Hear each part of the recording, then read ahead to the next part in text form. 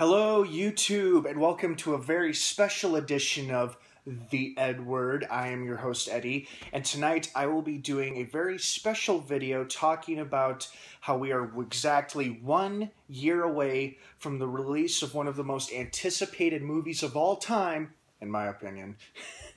Batman v Superman: Dawn of Justice, the highly anticipated sequel to 2013's Man of Steel, which was the kickoff of the DC Cinematic Universe. In exactly 1 year, the film will be released, and it will prove to be either one of the most hyped up, exciting, anticipated movies of all time to live up to all the hype, or, like Star Wars Episode 1, The Phantom Menace, it will prove to be a dud and a major disappointment and a huge blow to fanboys everywhere. That being said, appropriately, the official image of Jesse Eisenberg, the first official image of Jesse Eisenberg as Lex Luthor, was released earlier today. And, I guess I should not have seen it as a surprise, although I was taken aback by it. I'm like, what? Really? And then I rushed on my phone to see the image, and I gotta say, he looks pretty mean. He looks nasty. It looks like he means business. He's got that cold, calculating face that he's got on his face, which Lex Luthor is, and of course he is bald, and he actually did go bald for the role, because several pictures that were taken by fans while they were filming in Detroit and Chicago shows Jesse Eisenberg hiding his scalp from public view, like he's wearing a bandana over his head or something. And then later, it shows him in other photos of his hair is slowly growing back. So he definitely went full bald for it, so that's pretty cool. And it makes a lot of sense that they would release the first official image of the new Lex Luthor on the date that is exactly 1 year until the movie comes out. So in 1 year, one more year, we will finally get Batman v Superman: Dawn of Justice. So I'm sure most of you remember, but I did not get to go to Comic-Con in summer of 2013. I was going to go this year, but I had some trouble signing up and registering. Fortunately, I am dead set on going next year, Comic-Con 2016. So hopefully that comes through. But anyway, moving on. So I was watching some of the highlights and the videos that were happening at Comic-Con that year. And when it went to the Warner Brothers panel, they were talking about Man of Steel because it had just come out the month before. And this was July of 2013. And I remember them talking about it, and people were asking questions about, what does this mean for the rest of the DC movies? Are we going to see any more DC characters adapted into this universe that Man of Steel has started? And, they did the greatest intro. They did one of the best intros I had ever seen leading up to their official announcement, because Warner Brothers had been promising an official announcement to be made at Comic-Con regarding the future of the DC films, or regarding the future of the Superman franchise. So, that being said, they had one of the actors who played a general in Man of Steel. He's this guy with this great commanding voice. He plays a general who is suspicious of Superman in Man of Steel. That actor comes out and he reads a passage.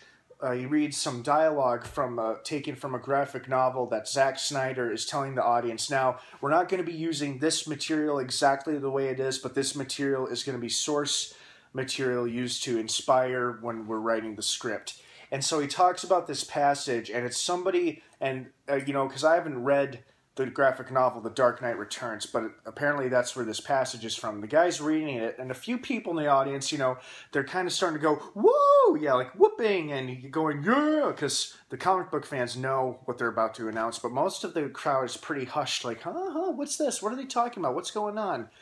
And then, sure enough, the room goes black, and then on the big screen, obviously the Superman logo appears, and people are like, yeah, okay, this is cool. And sure enough, what should appear next? Dun, da, da, da. And the place goes wild. And I remember watching this on YouTube. I'm like, oh my God. I'm like, yes, yes, yes, finally, yeah. I was like, oh, yes, they're finally making a live-action Batman Superman movie, yay! And the place just went in an uproar of applause, screaming, cheers.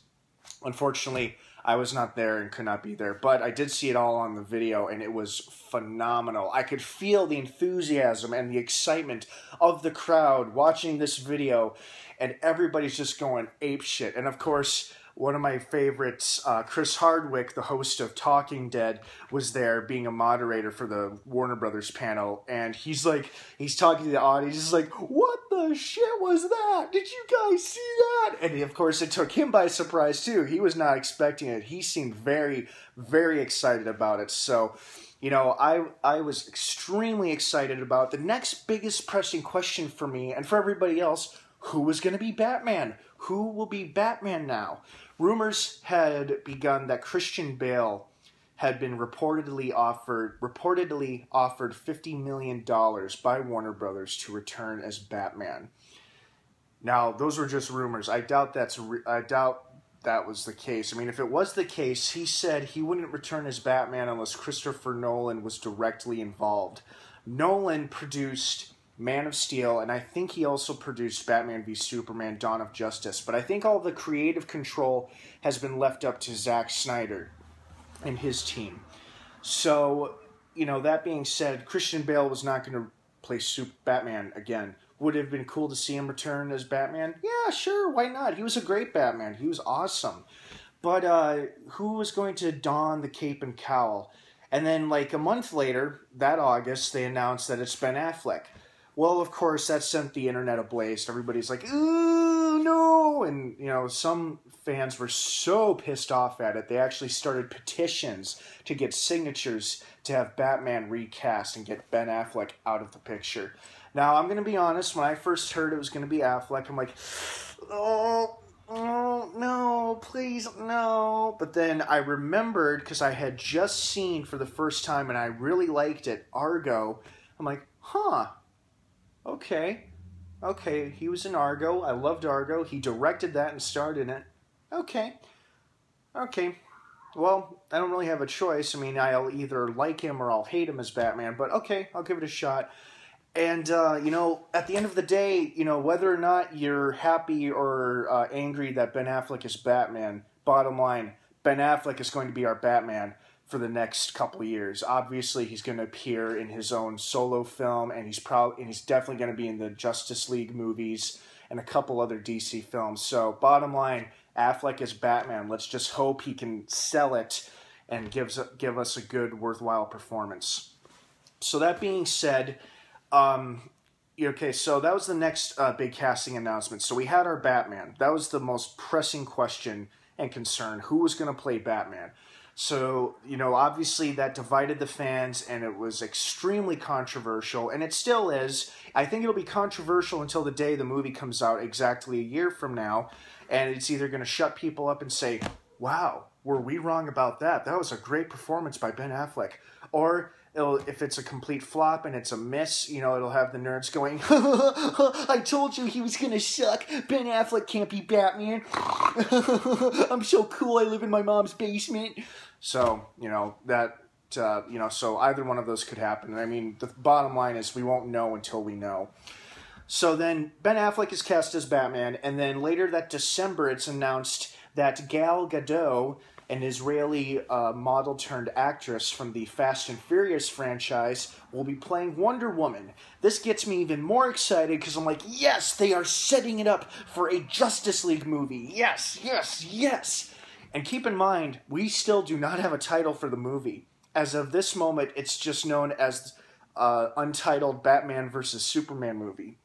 And everybody was already speculating, because of the big announcement at Comic-Con a couple months before, it was going to be a versus movie, because it was taken from a graphic novel where Batman and Superman do face off. But that's just a part of the story. The rest of the story is about a bitter old Bruce Wayne who comes out of retirement to become Batman once again and stuff like that. And it is a pretty cool story. I've read about it. I haven't read the graphic novel, but I've read about it, and I've seen a couple clips from the animated movie, and it's pretty cool.